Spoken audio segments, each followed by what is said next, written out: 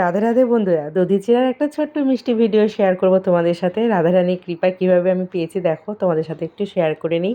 তো প্রথমেই বলে রাখি, শুক্রবার দিন নির্জলা একাদশী করেছিলাম, ভীষণ টায়ার্ড ছিলাম। তো ভগবানের নামে ছিলাম, খুব একটা কষ্ট হয়নি, সন্ধ্যা অবধি উপবাস ছিলাম। তারপরে আমি ফল জল মুখে দিয়েছিলাম। পরের দিনকে দ্বাদশী পারণ সেরে নিয়ে জলখাবার বানিয়ে ভগবানকে নিবেদন করে আমরা সবাই প্রসাদ পেলাম। আর এদিকে স্বামী সন্তানরা সব স্কুল অফিস চলে গেছে। তারপরে আমি চলে আসলাম ভগবানকে স্নান করাতে। তো স্নান টান করিয়ে আমি পুষ্প দিয়ে সুন্দরভাবে শৃঙ্গার করিয়ে দিয়েছি। আর কি বলো তো, মানে রাধারানীর কৃপা পেলে তবে কিন্তু তুমি শ্যামসুন্দরের কৃপা পাবে, এটা কিন্তু আমরা সবাই জানি। আজকে যে মানে দধিচিড়া উৎসবটি ছিল শনিবার দিনকে, এটা আমার ঠিক জানা ছিল না। কোনো একটা সময় আমি দেখেছিলাম একটা ফটোতে, তো ভুলেও গেছিলাম, অনেক আগের কথা।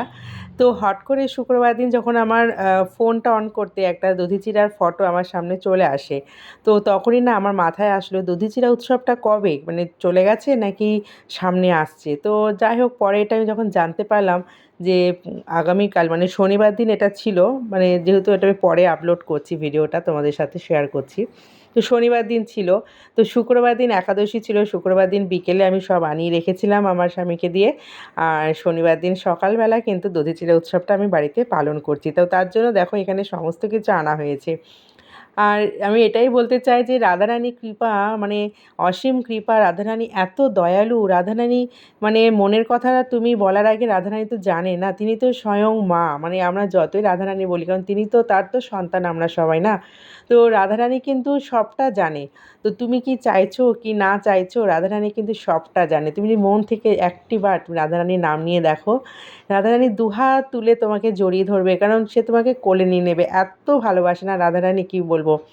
তো রাধারানীর কৃপাতে আমি দধিচিড়া উৎসবটি বাড়িতে করতে পারলাম, আমার এত ভালো লেগেছে, বিশ্বাস করো। আর তোমাদের আরও একটা কথা বলবো, রাধারানীর কৃপাতে আমি কিন্তু একটা নতুন রান্নাঘরও বাড়িতে বানিয়েছি ভগবানের জন্য, সেটাও তোমাদের আগে শেয়ার করেছিলাম, নিশ্চয়ই তোমরা দেখেছো। তো যাই হোক, দধিচিড়া উৎসবটা আমার সুন্দরভাবে মনের মতো করে করতে পারলাম। কিছুটা ড্রাই ফ্রুট দিয়েছিলাম, কাজু কিশমিশ, কলা, আম, মুরকি দিয়েছিলাম, চিড়ে দিয়েছিলাম, আর গুড় দিয়েছি। চিনি আমি দিইনি, আমি গুড়, আখের গুড় কিনে এনেছিলাম, সেটা দিয়েছি। আর সন্দেশ দিয়েছিলাম 2 রকমের, আমসত্ত্ব দিয়েছি, আর একটু এলাচের গুঁড়ো দিয়েছি, মানে এলাচ দিয়েছি আমি। এত সুন্দর অপূর্ব টেস্ট হয়েছিল, বিশ্বাস করো। যাদেরকে যাদেরকে আমি এই প্রসাদটা দিয়েছি না মেখে, মানে তারা প্রত্যেকে যেন মানে আঙুলে হাতটা চেটে খাচ্ছে, মানে এতটা অপূর্ব টেস্ট হয়েছে। অন্য সময় বাড়িতে যখন আমি ছাতু মুড়ি এসব মাখি, বিশ্বাস করবে না, এতটা টেস্ট হয় না, একদম সত্যি কথা বলছি। কিন্তু এই প্রসাদটা, এটা যে এতটা অমৃত হবে, এটা না আমি নিজেও জাস্ট মুখে দিয়ে না অবাক হয়ে গেছি, মানে আমি কোথাও হারিয়ে গেছি যেন, যে এটা এতটা অমৃত হয়েছে, বিশ্বাস করো। এক ফোঁটাও বানিয়ে বলছি না। আর এটা তো প্রসাদ না, অমৃত তো হবেই। আর এখানে আমি বেশি দই দিইনি, কিন্তু 100 গ্রাম দই দিয়েছি।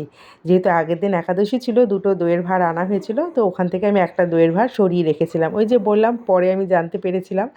যাই হোক, সবটাই আমার রাধারানীর কৃপা। মানে আমি কি কি বলবো তোমাদের বন্ধুরা।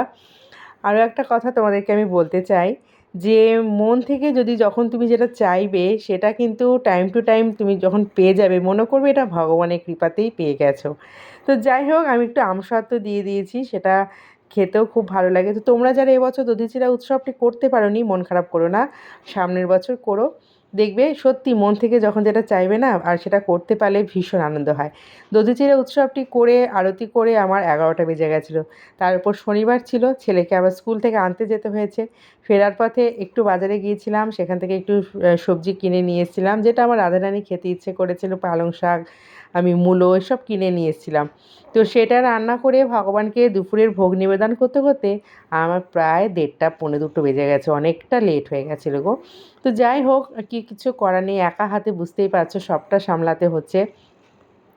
তো যাই হোক, ভগবানকে ভোগ রান্না করে, আমার তো মানে রন্ধন করতে খুব ভালো লাগে। গরম বলো শীত বলো, আমার কিন্তু 1 পদ 2 পদ আমি করি না, আমার 3-4 পদের হয়ে যায়। হ্যাঁ, ডালের সঙ্গে 2-3 রকম মানে তরকারি হয়ে যায়, ভাজা থাকে সাথে, আর ফল মিষ্টি, এটা তো আমি দিই। মানে যখন যেমন থাকে আমি তেমনভাবেই ভগবানকে ভোগ নিবেদন করি। এই ছোট্ট মিষ্টি ব্লগটা কেমন লাগলো বন্ধুরা, কমেন্ট করে জানাবে। আর অবশ্যই আমার ছোট্ট পরিবারটাকে একটু এগিয়ে নিয়ে যেতে সাহায্য করো। রাধারানী কৃপা সবার উপর বর্ষিত হোক। জয় রাধে, জয় গো, জয় জয় শ্রী রাধে।